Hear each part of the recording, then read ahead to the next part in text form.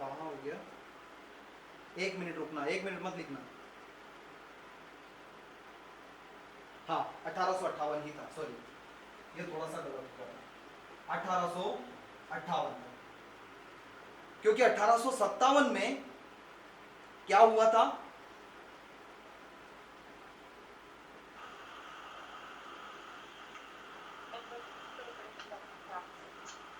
स्वतंत्रता के लिए प्रथम स्वतंत्रता संग्राम, सुना था ना? प्रथम स्वतंत्रता संग्राम 1857 की क्रांति। खूब लड़ी मर्दानी वो तो झांसी वाली रानी थी, बुंदेले हर बोलो के मुंह हमने सुनी कहानी थी। बुंदेलखंड के जो हरबोले थे, हरबोला समझते हो? जो गा गा करके वो लोगों को बताते हैं, कहानियां बताते हैं पुरानी, ऑब्जर्वेशन बताते हैं समाज का, वो हरबोले होते हैं। तो बुंदेलखंड के जो हरबोले थे उनकी कहानियों में हमने सुना है कि खूब लड़ी मर्दानी वो तो झांसी वाली रानी थी, ऐसा बुंदेलखंड के हरबोले बताते हैं। तो 1857 की क्रांति हुई, इसका कंपनी के शासन और ब्रिटिश साम्राज्य के शासन के बीच की कड़ी है। क्या? 1857 की क्रांति। क्योंकि ये जो क्रांति हुई इसके बाद सीधे भारत में कंपनी के शासन की समाप्ति हो गई और सम्राट का शासन रहा, जो कि 1858 से लगा करके 1947 तक रहा।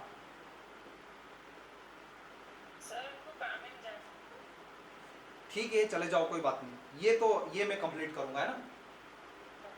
ठीक है, बाद में ले लेना किसी से। तो ऐतिहासिक पृष्ठभूमि को दो भागों में करके देख लो। कौन से दो भाग? कंपनी का शासन, क्योंकि पहले तो कंपनी आई, कंपनी मतलब ईस्ट इंडिया कंपनी, तो उसने कैसे भारत में प्रवेश किया और भारत को कानूनी रूप से उस पर कब्जा कर लिया।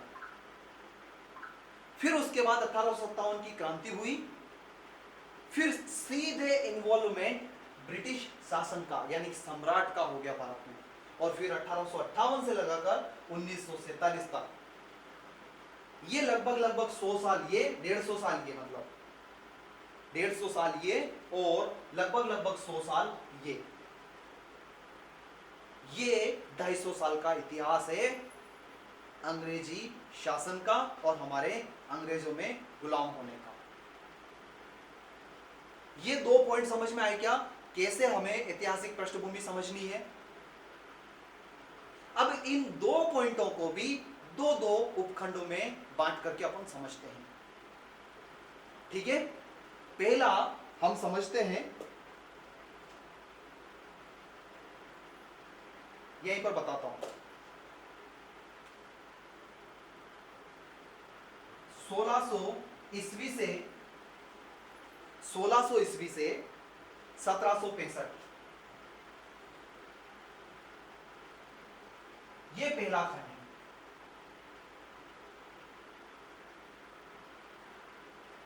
इसमें 2 महत्वपूर्ण चार्टर हैं। कौन से 2 महत्वपूर्ण चार्टर हैं?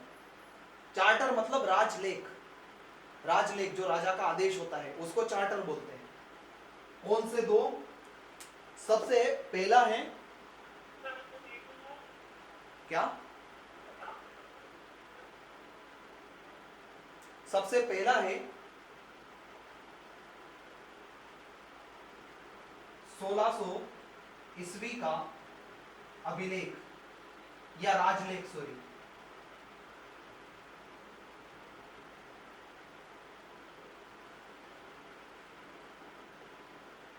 जब ईस्ट इंडिया कंपनी इंग्लैंड से निकली तो उस समय पर 1600 ईस्वी में इंग्लैंड की महारानी क्वीन एलिजाबेथ का शासन था।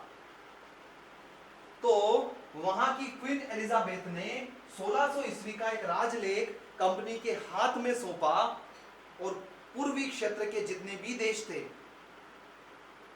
उन पर व्यापार, उनके साथ संबंध बनाओ, व्यापारिक संबंध बनाओ, व्यापार करो, इसके संबंध में कंपनी को एकाधिकार दे दिया। यानी कि एक ईस्ट इंडिया कंपनी नाम की एक कंपनी थी जो व्यापार करती थी। इसको व्यापार करने के लिए राजा से परमिशन चाहिए थी, तो राजा ने ये राजलेख उसके हाथ में दे दिया, ऑथराइजेशन लेटर दे दिया। क्या ऑथराइजेशन लेटर दिया कि पूर्वी के जितने भी देश हैं, जिसमें अपना इंडिया भी आता है, उस क्षेत्र में जाओ और आपको एकाधिकार है वहां पर व्यापार करने का, ना कि शासन करने का। क्या करने का?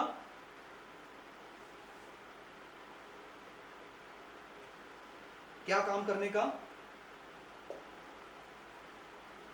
व्यापार करने का, ना कि शासन करने का। तो अब कंपनी आई पूर्वी के देशों में, तो वो भारत में भी आई। जब कंपनी भारत में आई तो उसने सबसे पहले शुरुआत करी फैक्ट्री डाल करके सूरत में। सूरत से शुरुआत करी, आई सूरत में आई और सूरत में फैक्ट्री डाली और यहां से अपने कार्य की शुरुआत करी। फिर ये काम करते करते करते करते मद्रास, बॉम्बे और कलकत्ता, इन प्रेसिडेंसी एरियाज में कंपनी फेल। अब इसके बीच में बहुत सारे युद्ध भी हुए, प्लासी का युद्ध हुआ, बक्सर का युद्ध हुआ, ये सब युद्ध भी, ये दो बड़े इंपॉर्टेंट युद्ध भी हैं, लेकिन ये मैं नहीं बताऊंगा इसमें क्योंकि वो हिस्ट्री का पार्ट है। मैं आपको लॉ पॉइंट बता रहा हूं। इस राजलेख से, 1600 ईस्वी के राजलेख से कंपनी पूर्वी के देशों में व्यापार का एकाधिकार प्राप्त करके भारत में आई। भारत में उसने शुरुआत कहां से करी? एक सेकंड रुको।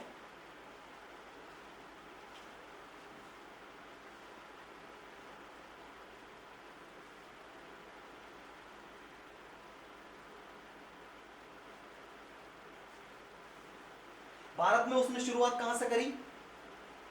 सूरत से। सूरत से। अब ये एक दिन में नहीं हो गया रातों रात, इसके बाद लगभग 40 साल 45 साल उसने काम किया यहां पर। तो उसने सूरत में डेरा डाला, यहां पर फैक्ट्री डाली, फिर सूरत से धीरे धीरे वो कलकत्ता यानी बंगाल,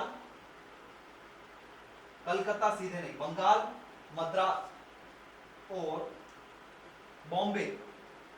अब ये आज का बंगाल, मद्रास और बॉम्बे नहीं है, इसकी सीमा थोड़ी सी बदली हुई थी। यहां पर पहुंच गई, यहां पर कामकाज करने लग गई। अब यहां पर कामकाज करने लग गई तो धीरे धीरे ये यहां के सिस्टम में भी घुसने लग गई। जब ये यहां के सिस्टम में घुसी तब एक और चार्टर आया 1726 का,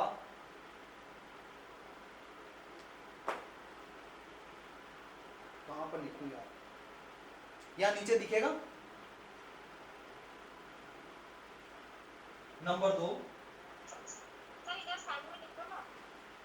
चलो इधर लिख देता हूं, रफ मैं रफ नहीं करना चाहता हूं, इस वजह से मैंने जगह बचा के रखी, लेकिन कर दूंगा, चलो ठीक है।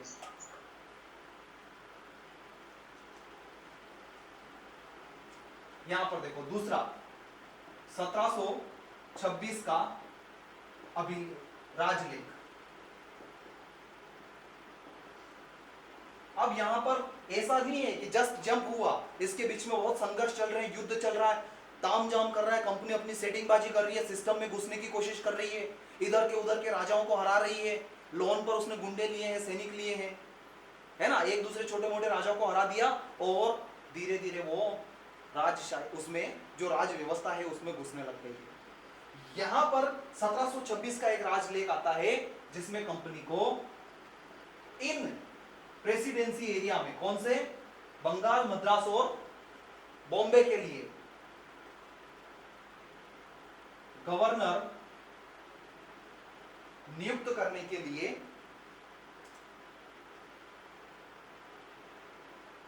गवर्नर नियुक्त करने के लिए अधिकार मिल जाता है, यानी कंपनी का अपना गवर्नर हो सकता है बंगाल, मद्रास और बॉम्बे प्रेसिडेंसी के लिए। और क्या हो सकता है, दो अधिकार मिले इस चार्टर से, 1726 के चार्टर से। एक तो ये गवर्नर नियुक्त कर सकती है अपना, और दूसरा क्या कर सकती है, ये यहां के क्षेत्रों के लिए विधि बना सकती है।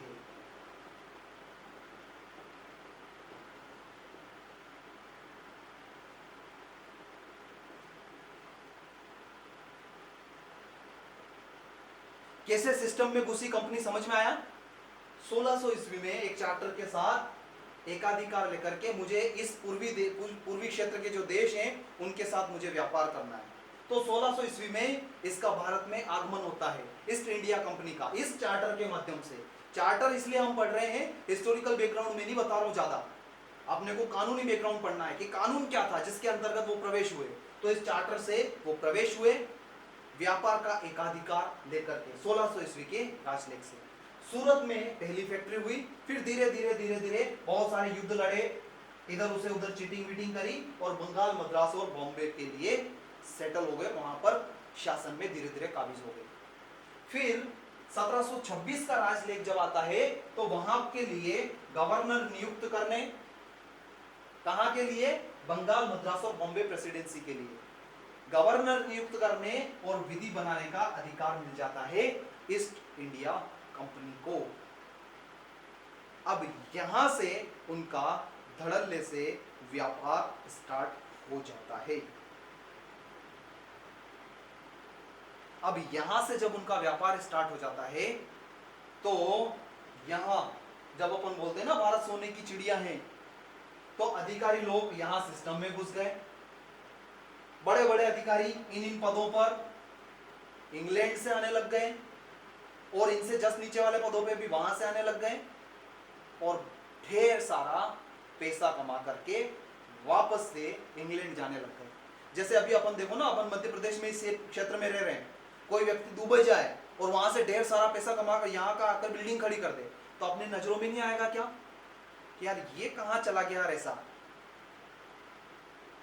ऐसा ही हुआ, और ऐसा ही हुआ तो यहाँ के जो अधिकारी हैं, जो इंग्लैंड के लोग थे, जो इंग्लैंड के जो क्वालिफाइड लोग थे, उनको यहाँ पर कंपनी ने हायर किया अपना सिस्टम चलाने के लिए।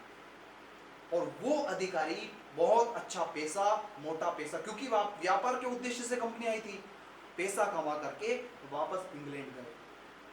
तो लोगों की नजर गई यहाँ पर, कहां पर, कि ये लोग कहां जाते हैं और क्या काम करते हैं, कि इनके पास इतना पैसा है और ये इतनी फैसिलिटी से ऐसे रह रहे हैं, ये कैसे हो रहा है? तो धीरे धीरे पता चला कि ईस्ट इंडिया कंपनी की जो कंपनी है, ये पूर्वी का एक देश है भारत, जिसमें इस चार्टर के माध्यम से एकाधिकार लेकर के गई और वहां शासन कर रही है, और वहां से जो मुनाफा मिल रहा है, ये अधिकारी उस वजह से इतने चमक रहे थे। जब अधिकारी इतने चमक रहे थे, आप बताओ क्या वो अधिकारी फुल एफिशिएंसी के साथ काम कर पाएगा? क्या काम नहीं कर पाएगा। जब उसने, उस अधिकारी ने ढंग से काम नहीं किया यहां पर, क्यों नहीं किया? क्योंकि उसको पैसे मिलने लग गए थे, और अनाप शनाप पैसे मिलने लग गए थे, तो वो तो अपनी अय्याशियों पैसे उसमें ही मस्त हो गए। काम कौन करे? जब ढंग से काम नहीं करेंगे तो ये व्यवस्था बिगड़ेगी कि नहीं बिगड़ेगी? जब ये व्यवस्था बिगड़ने लग गई तो इसी कंपनी का अगला वाला पार्ट शुरू हो जाता है। एक बार यहां पर देख लो, अंग्रेज आए और धीरे धीरे उन्होंने शासन में अपनी भागीदारी मौजूदगी करी। ये दो एक्ट आए, कौन से? 1600 ईस्वी का अभिलेख, राजलेख, और 1726 का राजलेख। इसमें क्या हुआ? इसमें हुआ, पहले तो इन्होंने प्रवेश किया भारत में इससे, और इसमें वो भारत में सत्ता में आए। हल्की फुल्की ही आए, थोड़ी सी में आए, लेकिन आए तो शुरुआत तो हुई। और जब वो पैसा कमाने लगे, भ्रष्टाचार होने लग गया, क्योंकि लालच तो सबके मन में आ जाता है, यहाँ पर भरपूर पैसा मिलने लग गया, वहां पर जाने लग गए, काम की एफिशिएंसी पे ध्यान नहीं रहा, ये सिस्टम बिगड़ने लग गया। तो अब इस व्यवस्था को रेगुलेट करने की जरूरत है। अब जब इस व्यवस्था को रेगुलेट करने की जरूरत है तो इसका दूसरा पार्ट होता है शुरू कंपनी के शासन में ही। पहले तो वो आए, काम करने लग गए, लेकिन इतनी अच्छे से काम हुआ नहीं, अब उसको रेगुलेट करने की जरूरत है। अब वो रेगुलेट कैसे होगा, उसके लिए अलग से अगला एक्ट आता है। इसको रफ कर दूं।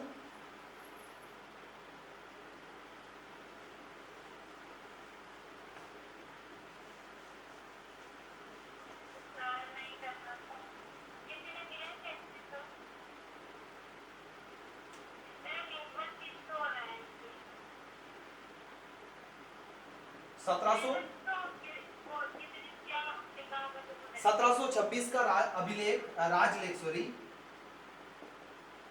1726 का राजलेख, जिसमें दो चीजें मिली। क्या?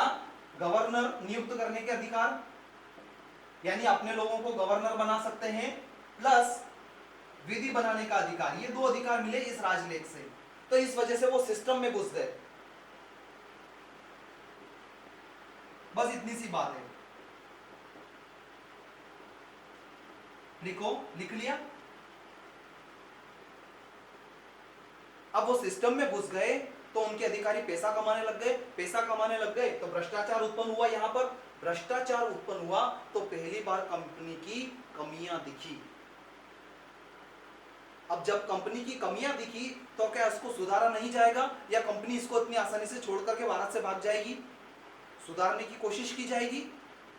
जब सुधारने की कोशिश की जाए, यानी कि उसको रेगुलेट करने की कोशिश की गई, तो सुप्रसिद्ध रेगुलेटिंग एक्ट 1773 का आया।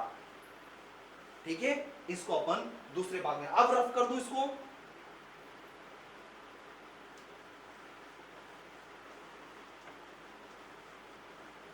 अपना डेटा बचा के रखना शाम की क्लासों के लिए ना, ऐसा नहीं कि दिन भर में आप खर्च कर दो, ये मेरी जिम्मेदारी नहीं रहेगी।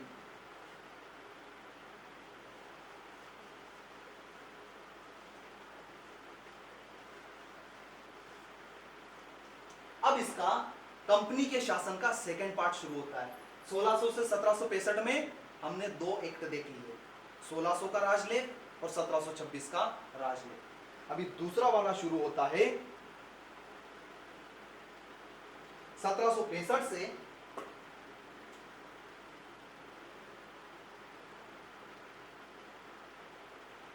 1858।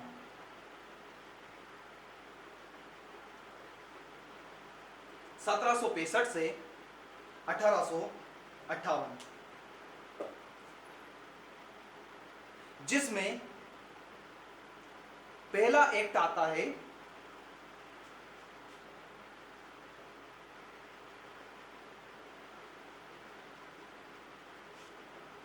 सेवनटीन 73 का रेगुलेटिंग एक्ट।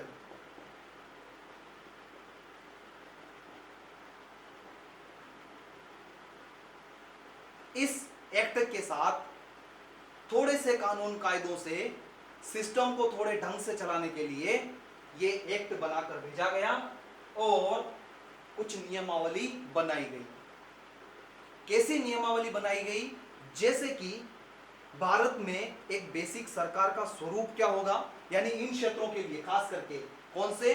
बॉम्बे, मद्रास और बंगाल रीजन के लिए, उन क्षेत्रों के लिए।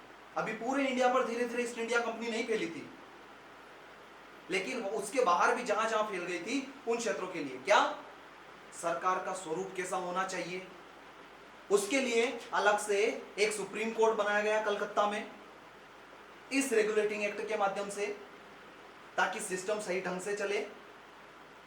फिर विधायी शक्तियां देने के लिए एक परिषद बनाई गई कि यहाँ के लोग यहाँ के लोगों के लिए ही कानून बना पाए, चाहे उसमें लोग इंग्लैंड के रहते थे, लेकिन यहाँ का कानून यहाँ पर ही बन जाए। जो छोटे मोटे ज्यादा कानून है, छोटे छोटे कानून के लिए हमें भारत से बाहर इंग्लैंड ना जाना पड़े, ये व्यवस्था की गई। फिर उसके बाद कलकत्ता में एक सुप्रीम कोर्ट वगैरह बना। इस प्रकार से यह रेगुलेटिंग एक्ट आया 1773 का, और थोड़ी सी भारत की शासन व्यवस्था को मजबूत करने के लिए कि कैसे काम किया जाए, इस रेगुलेटिंग एक्ट के माध्यम से यहां पर उतारा गया। फिर इसमें कुछ कमियां रह गई थी, तो इसके बाद एक और एक्ट आया। उस एक्ट का नाम है एक्ट ऑफ सेटलमेंट, यानी बंदोबस्त कानून। सेटलमेंट, कुछ कमियां रह गई थी 1773 के एक्ट में, तो दूसरा एक्ट आता है एक्ट ऑफ सेटलमेंट।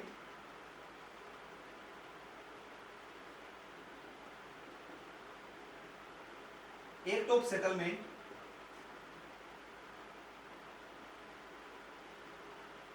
1781। ये एक्ट क्यों आया? रेगुलेटिंग एक्ट 1773 में जो कमियां रह गई थी उसमें कुछ सुधार करने के लिए। लेकिन इतने से ही कंपनी का प्रबंधन सही ढंग से नहीं चल सका, उसमें अभी भी और सुधार की गुंजाइश थी, बची थी। तो उस सुधार को करने के लिए बाद में एक और एक्ट आया जिसको हम पिट्स इंडिया एक्ट के नाम से जानते हैं, जो कि आया है 1784। इसके जस्ट 3 साल बाद क्या आया? Pitt's India act. और इस पिट्स इंडिया एक्ट ने क्या किया? कंपनी में दोहरी शासन व्यवस्था को धीरे धीरे लागू किया। कैसी दोहरी शासन व्यवस्था को लागू किया? पिट्स इंडिया एक्ट के माध्यम से उसने क्या किया? जो प्रशासनिक काम थे और जो व्यापारिक काम थे, कंपनी का जो व्यापारिक नियमावली थी, व्यापारिक कार्यकलाप थे और जो प्रशासन से संबंधित कार्य थे, इन दोनों को अलग कर लिया कि तुमको जो नियम कानून बनाने हैं, प्रशासन करना है यहाँ पर, यहाँ के लोगों के लिए, उसके संबंध में अलग से नियमावली है। वहां पर तुम अपने व्यापार को नहीं घुसोड़ोगे, और व्यापार को अलग ही कर दिया कि कंपनी का व्यापारिक हिस्सा अलग रहेगा और प्रशासन करने का हिस्सा अलग रहेगा। हेड है जरूर, लेकिन वही अधिकारी प्रशासन में नहीं रहेंगे और वही अधिकारी व्यापार में नहीं रहेंगे, अलग अलग होगा। व्यापार करने वाले लोग अलग होंगे, कंपनी एक ही है लेकिन विभाग अलग बना दिए।